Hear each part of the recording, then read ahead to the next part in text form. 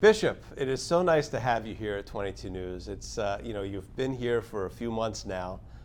10 months? No, 7 months. Actually. 7 months officially, but going 10, back to October to, since you were 10. appointed. It's great to be here also, Rich. And Thank it's you. good to see you in person after so much of the pandemic, having to deal with Zoom calls. And so nice, isn't it? Yeah, it's great. So your first impressions of Western Massachusetts being here in less than a year? I have been so warmly welcomed by everyone, by priests and people, and by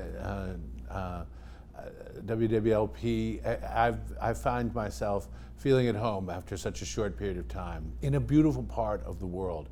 So I'm so grateful to God and the Pope for sending me here. Yeah, and you had gone to school at Holy Cross, so you knew Massachusetts. Right, I knew Massachusetts, but I also, as I said before, don't tell anybody over there, but I think people get much nicer as they move west in the state. It's absolutely true, by the way. So you're right about that. It is a beautiful part of the country, too. Mm-hmm. You know, you really should appreciate all the different things you can do here in Western Mass. Right. I'm the bishop of the last 4 counties. Yeah. And the best, I think. So. Yeah. Now, you came at a difficult time because the pandemic hit shortly after you were ordained. Actually, right. No, the pandemic was right bloom. Smack in the middle. Right, so we're in full masks. bloom. I'm getting right. my Decembers mixed up. You're in full bloom of the pandemic. It's not easy, and there was so much difficulty here and in the parish as well, right?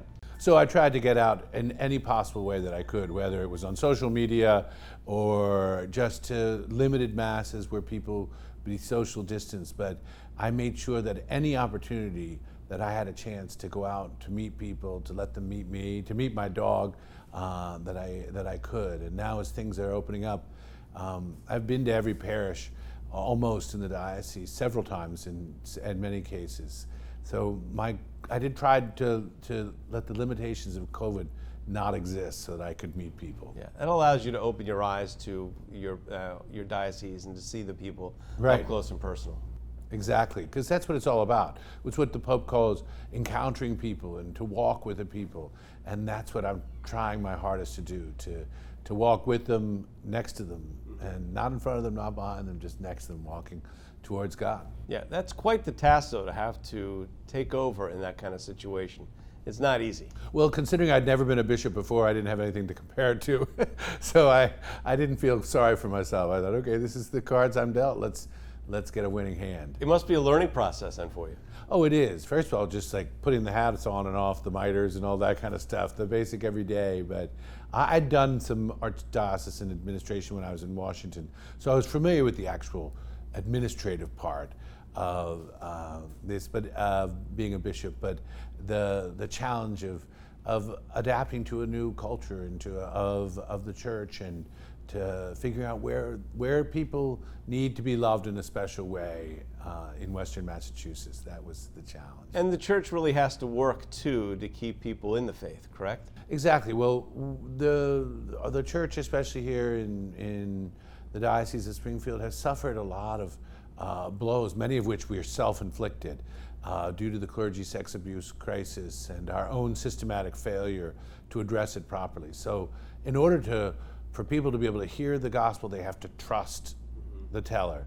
And there is a damaged trust. So my number one goal, both in releasing the names of those credibly abused and trying to address this, is not just to help victim survivors, which is my number one goal, but also to rebuild trust among the people in the pews and those that aren't coming anymore, so that they can come to know the love of God and not let the church be a barrier, but actually be a way for them, the way that Christ intended for them to hear his word. That's a tall task, because there is a lot of trust that's lost.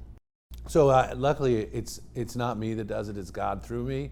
So I don't let myself get too intimidated or overwhelmed by the process. I just wake up, and as I said, I try not to get into God's way that day or this day. And that was advice from Mother Teresa herself. Right. So as I was saying, my Mother Teresa came when I was in seminary, and she was saying hello to all the seminarians. And for some reason, when she stopped at me, she said, "Don't get in God's way." And I've let those words echo in my mind and my heart every day.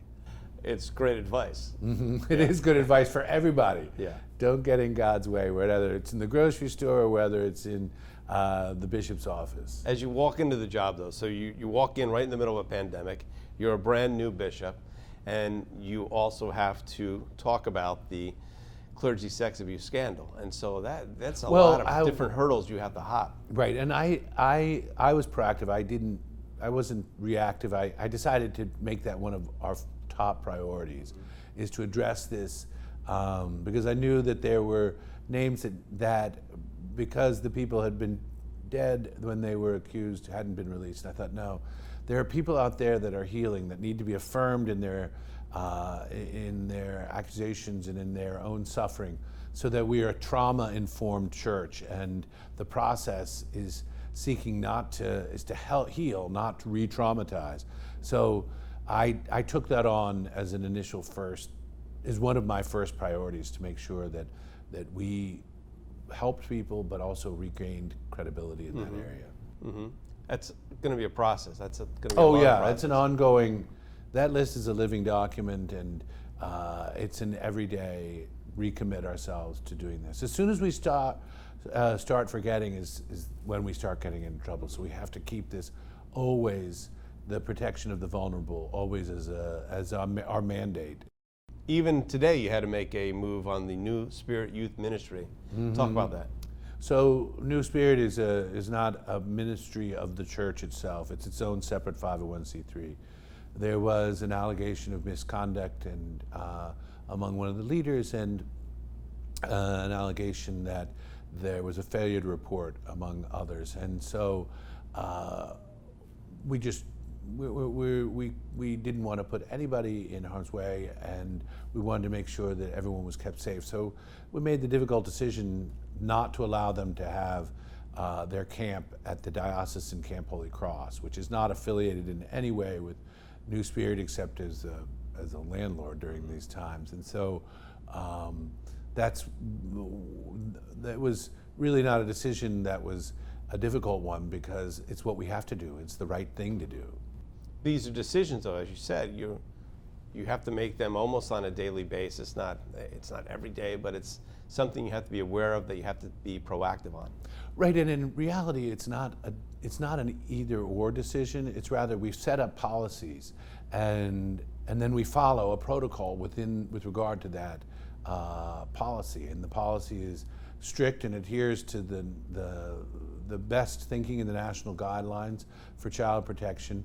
So once things have been triggered, well, then the policies kick into effect, and we just follow them and make decisions now that aren't my own personal thought, but rather the best possible in our relationship with the local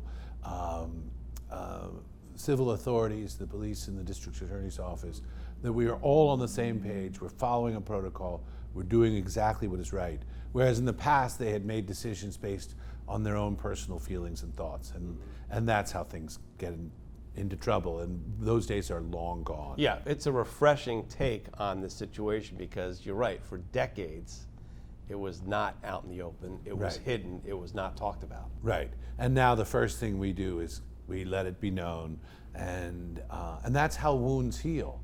They heal by getting cleaned out, not by getting covered up.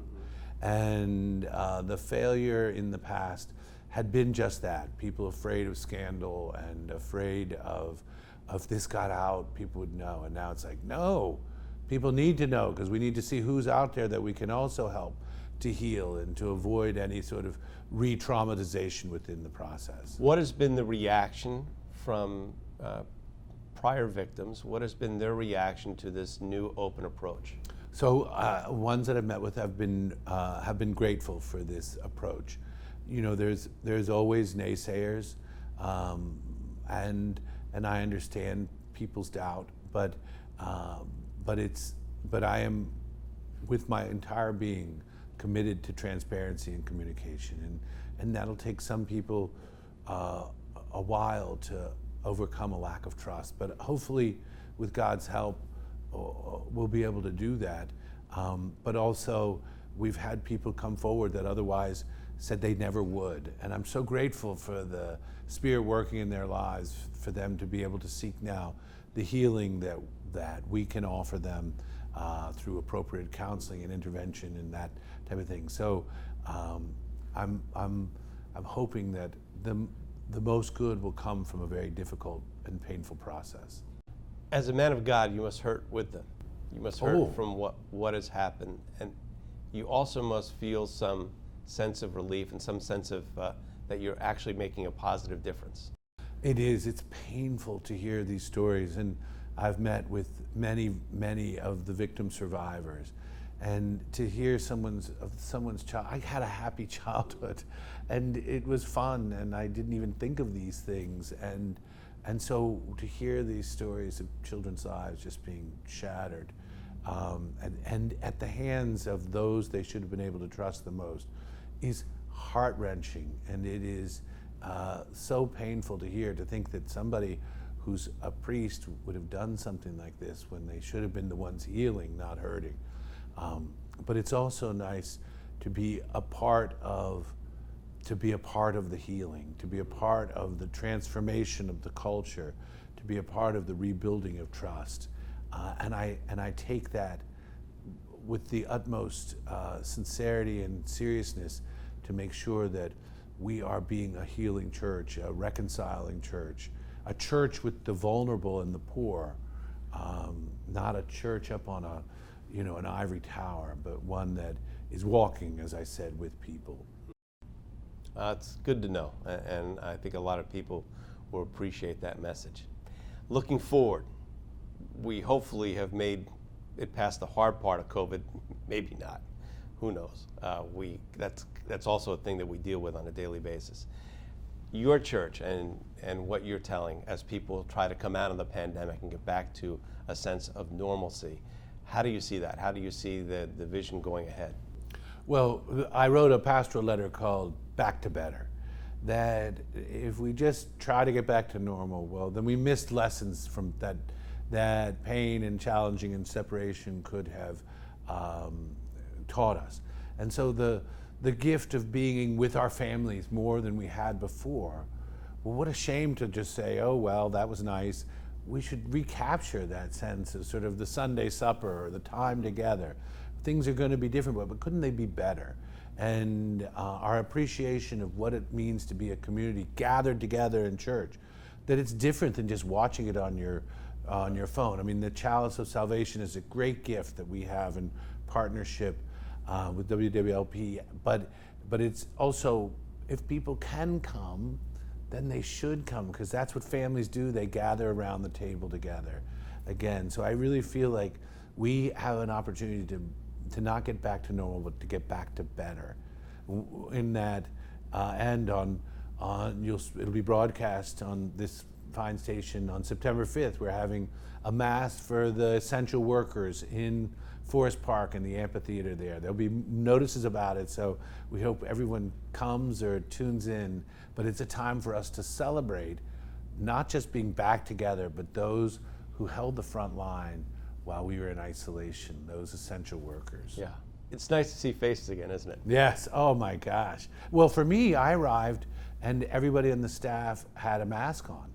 So now I'm walking down the hall saying, is that Liz? And they're like, yeah, that's Liz. I was like, if you could go like this, that might be easier. I'd recognize you. But to learn the other half of the face took a couple days.